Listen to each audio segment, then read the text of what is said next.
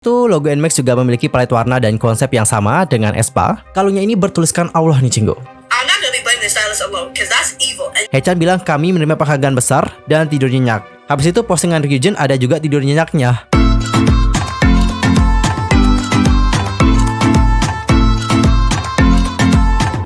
Annyeonghaseyo Cingudul, Yusul Kim Imnida, welcome back to my YouTube channel. Lah gimana sih kabarnya hari ini? Baik-baik aja dong ya. Dan buat kalian semua yang lagi dalam kondisi nggak baik-baik aja, keep fighting guys, don't give up. Nah Cinggu, untuk hari ini kita akan ngebahas topik-topik terhangat seputar dunia per-K-popan yang pastinya sangat sayang banget untuk dilewatkan. Nah supaya kalian gak ketinggalan update informasi terbarunya, yuk buruan subscribe channel aku sekarang juga. Dan jangan lupa juga nih buat like, comment, and share kepada teman-teman yang lain ya. Dan berikut adalah berita selengkapnya.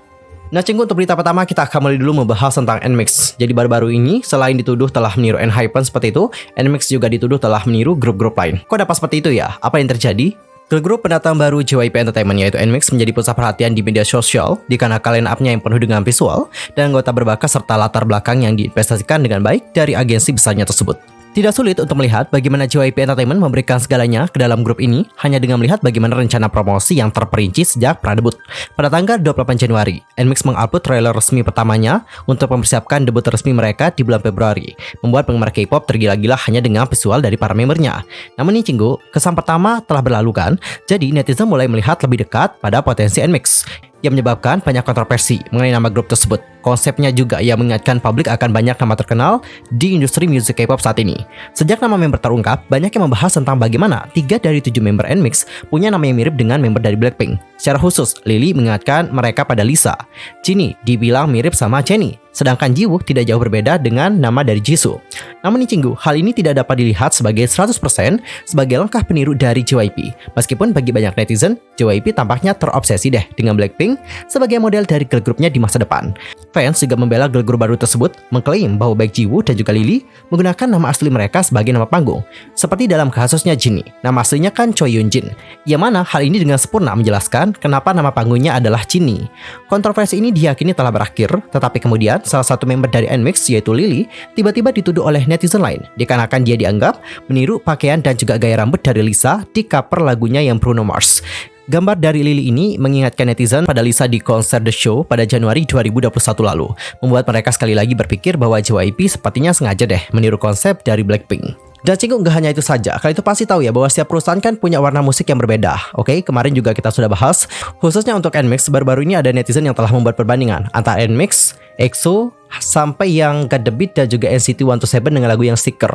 Jadi banyak yang menilai bahwa openingnya itu mirip dengan lagu-lagu dari SM Entertainment. Nah khususnya untuk hal yang satu ini, banyak yang menilai bahwa kemiripan ini diduga merupakan hasil kolaborasi antara JYP Entertainment bersama dengan produser Damn Joins. Nah untuk informasi saja, Damn Joins ini itu pernah menggubah lagu atau musik untuk artis SM Entertainment, contohnya adalah NCT. Jadi kalau mereka punya kemiripan, kayaknya masuk akal ya, dan itu juga kita tidak bisa sebutkan plagiat ya Cinggu, karena yang ngeproduserin adalah orang yang sama gitu. Dan Cinggu perlu kalian tahu juga ya, bahwa biasanya ya produser musik itu kan punya ciri khas nih, atau copyright mereka sendiri. Kalau Damn Joins mungkin copyrightnya seperti itu ya, seperti yang kalian dengar pada opening lagu dari NMAX, dari lagunya EXO yang Overdose sampai lagu NCT 127 yang Sticker. Contoh nih kayak JYP, pernah gak sih kalian dengar lagu IOI yang Very Very Very? Yups, itu kan pas awal-awal dia bilang JYP. Nah itu adalah copyrightnya dia. Apalagi nih lagu dari Brave Brothers, itu kan lagu-lagu dia juga nggak hanya dipakai oleh artisnya ya, tapi juga dipakai oleh artis-artis dari agensi lain. Yang banyak pakai sih biasanya kayak Sistar. Sistar biasanya di lagu-lagu Sistar pasti ada yang bilang Brave Sound. Nah, jadi itu berarti bahwa yang memproduseri lagu Sistar adalah Brave Brothers. Jadi untuk hal-hal semacam ini tidak bisa kita sebutkan sebagai plagiat guys, oke? Dan selain itu, logo NMAX juga memiliki palet warna dan konsep yang sama dengan Aespa, meskipun bentuk logo mereka berbeda ya. Palet biru ungu secara tidak sengaja memberikan kesan bahwa mereka dirancang oleh desainer yang sama. Dan secara khusus untuk trailer New Frontier Declaration yang dirilis oleh JYP untuk NMAX pada tanggal 26 Januari, dituduh telah meniru MP Luna yang Why Not dan juga Painted Sound. Netizen percaya bahwa konsep film pengenalan NMAX meniru banyak adegan di video klip dari Luna. Ada pendapat bahwa kesamaan ini tidak bisa dihindari dikarenakan Dicky Peggy, perusahaan produksi video yang pernah bekerja dengan Luna, adalah agensi yang sama yang membuat trailer untuk NMAX. Namun, CEO perusahaan secara pribadi mengkoreksi bahwa New Frontier Declaration bukanlah produk yang diproduksi oleh Dicky Peggy. Perusahaan hanya berkontribusi pada pembuatan trailer debut yang dirilis beberapa hari yang lalu. Trailer sebelumnya untuk yang yang New Frontier Declaration juga dituding menjiplak konsep dari Enhypen. Selain itu logo NMIXX juga dikomentari sangat mirip dengan logo fandom dari Enhypen yaitu Engine. Dan well, gimana pendapat kalian tentang yang satu ini? Langsung saja sampaikan di kolom komentar. Tapi ya Cinggu, khususnya untuk yang satu ini setelah aku cek-cek kemarin di komunitas online Korea yaitu Deku, kan aku selalu update-nya Deku ya. Jadi aku lihat topik mana nih yang lagi heboh diperbincangkan oleh netizen. Khususnya untuk NMIXX yang dibilang mirip dengan Luna, dibilang mirip dengan Enhypen dan sebagainya, itu kok aku nggak nemu ya. Which mean netizen itu tidak membicarakan tentang hal yang satu ini. Ada yang tahu kenapa netizen tidak membicarakan hal yang satu ini? Karena kalau kita lihat-lihat, ini kan ada sangkut paut dengan artis-artis besar ya. Luna, Enhypen, lalu ada juga Blackpink, sampai artis SM, bukankah mereka artis besar ya? Tapi kok kenapa ya untuk netizen itu tidak membicarakan tentang hal yang satu ini? Dan setelah aku lihat-lihat kemarin, untuk yang terakhir kali topik mengenai NMIXX, kebanyakan dari netizen Korea itu membahas tentang bagaimana debut trailernya dan juga bagaimana visual dari para member NMIXX yang sangat memikat. Ini adalah hal yang aku lihat terakhir kali kemarin. Itu masih hangat juga perbincangan tentang NMIXX. Tapi khususnya untuk yang satu ini aku nggak nemuin guys. So dapat aku simpulkan bahwa ini tuh memang heboh di kalangan netizen internasional sih. Dan Cinggu, setahu aku ya, kalau memang NMIXX atau agensi yaitu JYP Entertainment telah menjiplak bagaimana konsep dari Luna mungkin ataupun Enhypen nih betul-betul menjiplak nih, pasti nih Cinggu, orang yang berada di balik hal tersebut akan speak up. Karena seperti yang kita lihat, pas ada yang memakai konsep dia tanpa minta dulu, itu kan artisnya langsung speak up.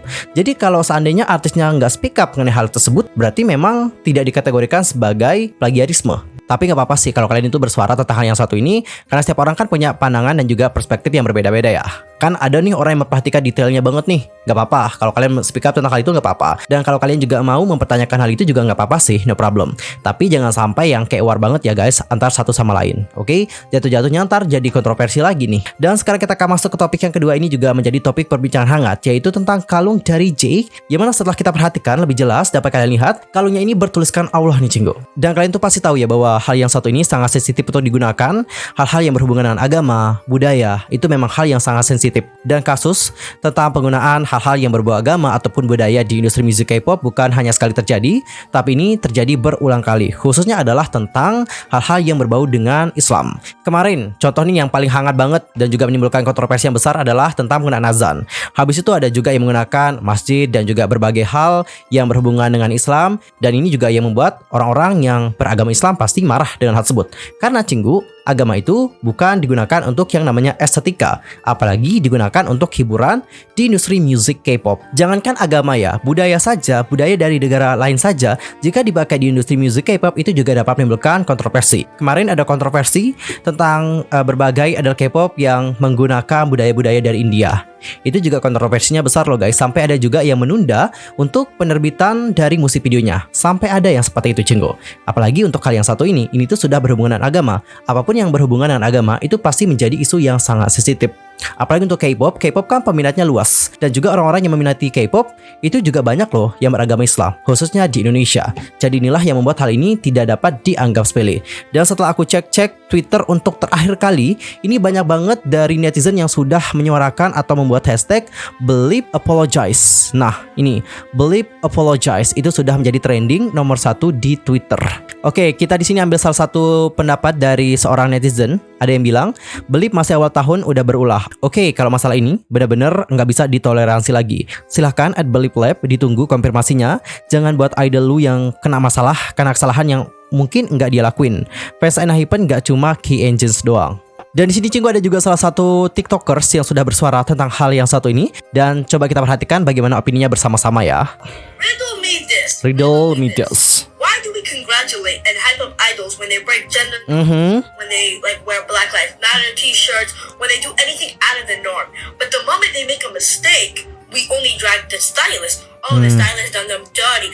Oh, the stylist did a mistake. Oh, don't blame the member, blame the stylist and the company. But we don't hype up the stylist when they're out here breaking gender norms and they're putting members in skirts and stuff like that.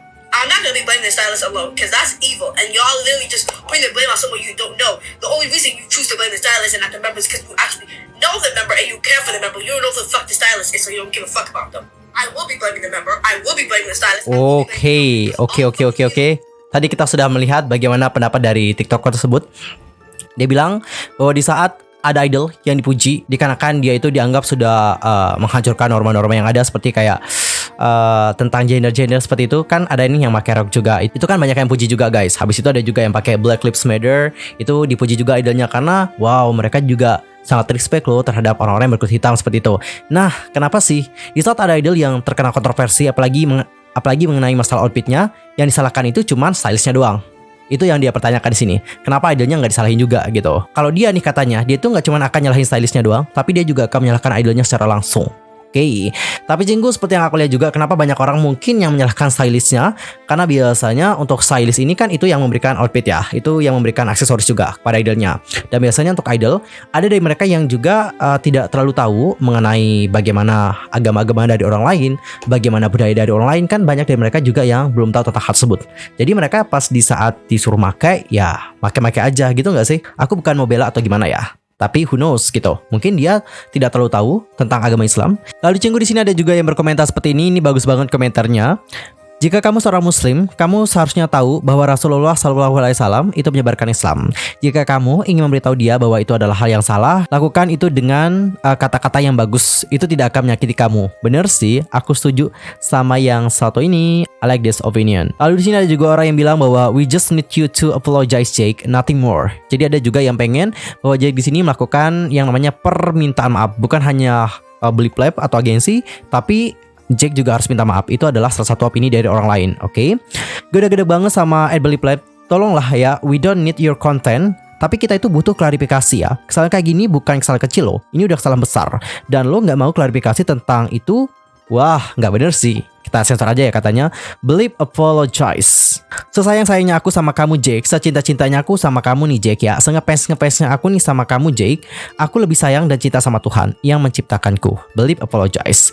Please ya believe, lu kalau nggak segera berstatement, lu sama aja nih nggak ngelindungin Jake. Terlepas dari ketidaksengajaan staff ataupun siapapun nih, kalau lu tetap diem, ini masalah bakalan berlalu-larut. Berat banget kah mengatakan maaf dan juga mengakui kesalahan? Oke, jadi itu adalah berbagai opini ya dari orang-orang mengenai kontroversi yang satu ini. Dan well, gimana pendapat kalian? Langsung saja sampaikan di kolom komentar. Dan Cinggu untuk topik terakhir ini ada berita dari Haechan dan juga Ryujin yang lagi-lagi kedapatan melakukan yang namanya love bubble again. Wow. Nah Cinggu sebelumnya Ryujin itu telah memposting postingannya kayak gini, aku bacain ya. Teddy tidur nyenyak sekali. Lalu Haechan di sini membuat postingan nih. Kami menerima penghargaan besar hari ini. Dengarkan playlist Haechan dan juga tidur nyenyak. Selamat hari 1 to 7. Ayo kita dapatkan. Oke. Haechan bilang kami menerima penghargaan besar. Dengarkan playlist Haechan dan tidur nyenyak. Habis itu postingan Ryujin ada juga tidur nyenyaknya. Dan ini yang membuat banyak orang berspekulasi bahwa oh, apakah ini love bubble again dari mereka? Dan berikut adalah komentar-komentar dari K-netizen yang lagi heboh memperbincangkan tentang hal yang satu ini. Pada titik ini, bahkan jika mereka nih nggak dating ya, maka setidaknya dating dong. Perisainya lucu ya, kalian berpura-pura seperti tidur sangat nyenyak adalah hal yang biasa untuk dikatakan. And the next, tidak, tetapi apakah masuk akal ya untuk mencocokkan kata-kata mereka seperti itu? Ini agak dipaksakan ya. Ini juga hampir seperti mereka memberi makan publik. Ini adalah strip. Hanya berkencan, hahaha. Pada titik ini akan lebih aneh jika mereka tidak berkencan. Oke, jadi dia itu yakin bahwa Haechan dan juga Ryujin itu dating. I see about that. Next. Tapi mereka mungkin mengembangkan pidato yang sama dari kata berbicara satu sama lain. Jadi mungkin mereka juga menyalin satu sama lain secara tidak sadar. Yaps, maybe ya, maybe. Ini bukan tidur nyenyak, tapi tidur sangat nyenyak. Mereka bahkan mendapatkan 2-0. Jadi maksudmu mereka memiliki kemungkinan yang sama untuk mengatakan itu daripada memenangkan tempat ketiga dalam lotre. Serius, sepertinya jurnalis juga tidak peduli ya. Mereka sangat mengecewakan. Bukankah ada banyak idol yang menyeret kata-kata mereka? Biasanya juga menyeret kata-katanya. Jadi apakah itu cinta segitiga? Bener sih ya. Banyak loh idol yang pakai kata-kata ini bukan Haechan sama Ryujin doang. Tapi yang disorot tuh cuma Ryujin sama Haechan. Mungkin dikarenakan mereka ini dari dulu emang dicurigai ya, gitu gak sih? Karena ini itu bukan pertama kalinya Haechan dan juga Ryujin dicurigai kayak dating gitu. Di tahun yang sebelumnya juga sempat kita bahas ya. Ada beberapa hal yang membuat Haechan dan juga Ryujin dicurigai dating. Dan makanya Cinggu, di tahun 2021 ini kan pada tanggal 1 Januari banyak juga dari K-netizen dan juga netizen internasional yang sudah memprediksi bahwa mereka akan menjadi pasangan Januari Dispatch. Tapi nyatanya bukan mereka ya. Bukan mereka pasangan Januarinya.